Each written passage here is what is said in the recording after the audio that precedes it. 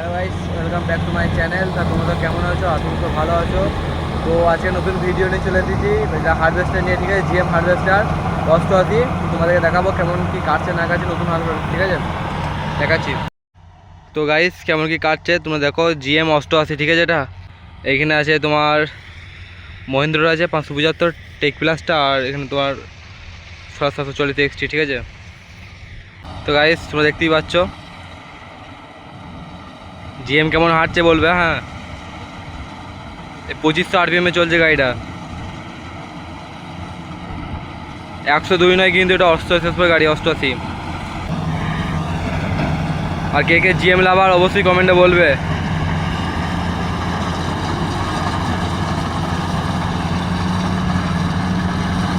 আর ধানগুলো প্রচুর চাপ আছে বলে তো, প্রচুর চাপ ধান।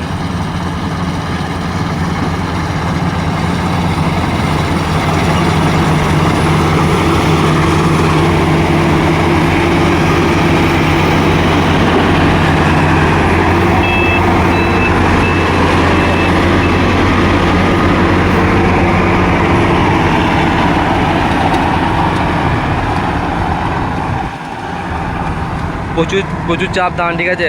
আর 88 গাড়ি, আর 2500 আরপিএমে চলছে। তো কেমন কি হাঁটছে না হাঁটছে তোমরা অবশ্যই যেন কমেন্টে জানাবে।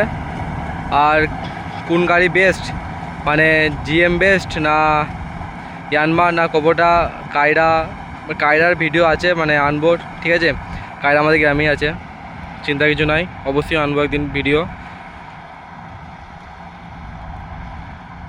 তোমরা অবশ্যই কমেন্ট করো যে কায়রা গাড়ি কেমন গাড়ি।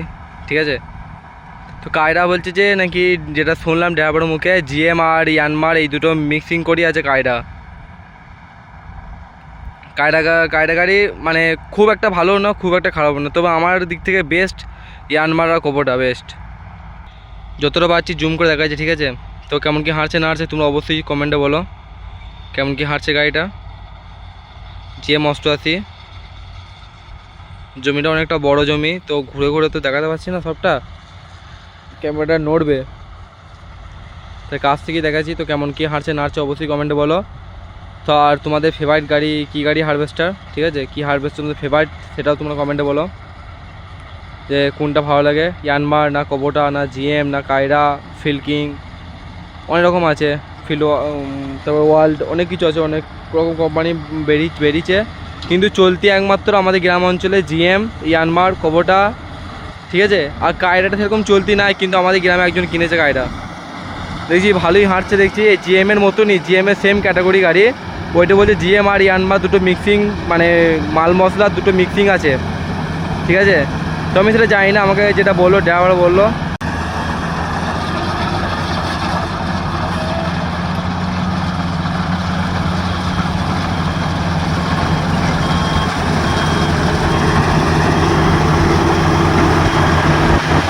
ট্যাঙ্কি ফুল হয়ে গেছে, এবারে আনলোড করবে মহেন্দ্র গাড়িটা। ঠিক আছে, আর মাঠের অবস্থা তোমাদেরকে বলছি ভাই, মাঠের অবস্থা দেখতে পাচ্ছ, শুকনো, পুরো শুকনো জমি একবারে, কাদা হাতে কিছু নাই, যেরকম ইন্টারেস্টিং ভিডিও হবে সেরকম কিছু নাই।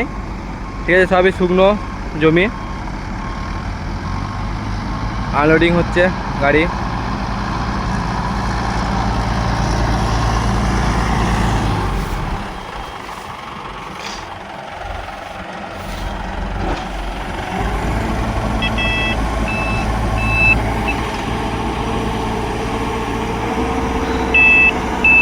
তো আমার যেটা ভালো লাগে, সত্যি কথা বলতে আমার যেটা ভালো লাগে, মানে হয় কোবোটা, কিন্তু কোবোটার ভাই দাম বেশি। এর দাম যদি 22-23 লাখ টাকা হয় না, তো কোবোটার দাম হবে তোমার 27-28 লাখ টাকা হবে। এর তো অনেক দাম বেশি, অনেক তফাৎ, ফারাক অনেক।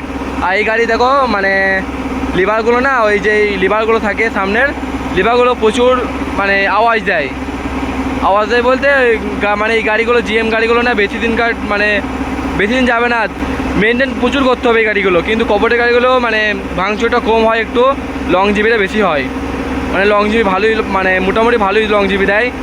একটা গাড়ি দেখছিলাম, ভিডিও দেখছিলাম, 7-8 বছরের গাড়ি।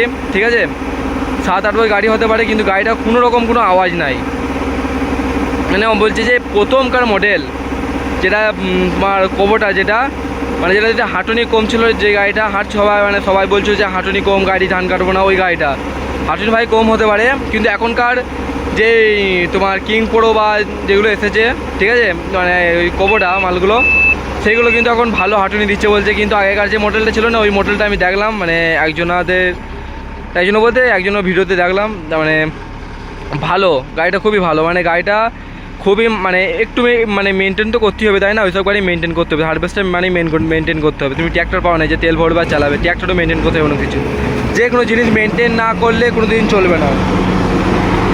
এই জিএমটাও মেনটেন করতে হবে, কিন্তু জিএমটা থেকে কোবোটা বা ইয়ানমার এগুলো মেনটেন কম করতে হয়।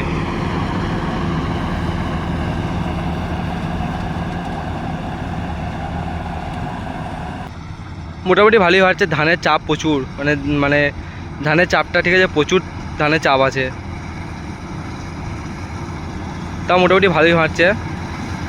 যত এই নতুন গাড়ি ভাই, বেশি দিন হয় না, এক সপ্তাহ হবে গাড়িটা, ভিডিও দিতে পারি না, এটা আমার মামাদেরই নিজেদের গাড়ি, ঠিক আছে।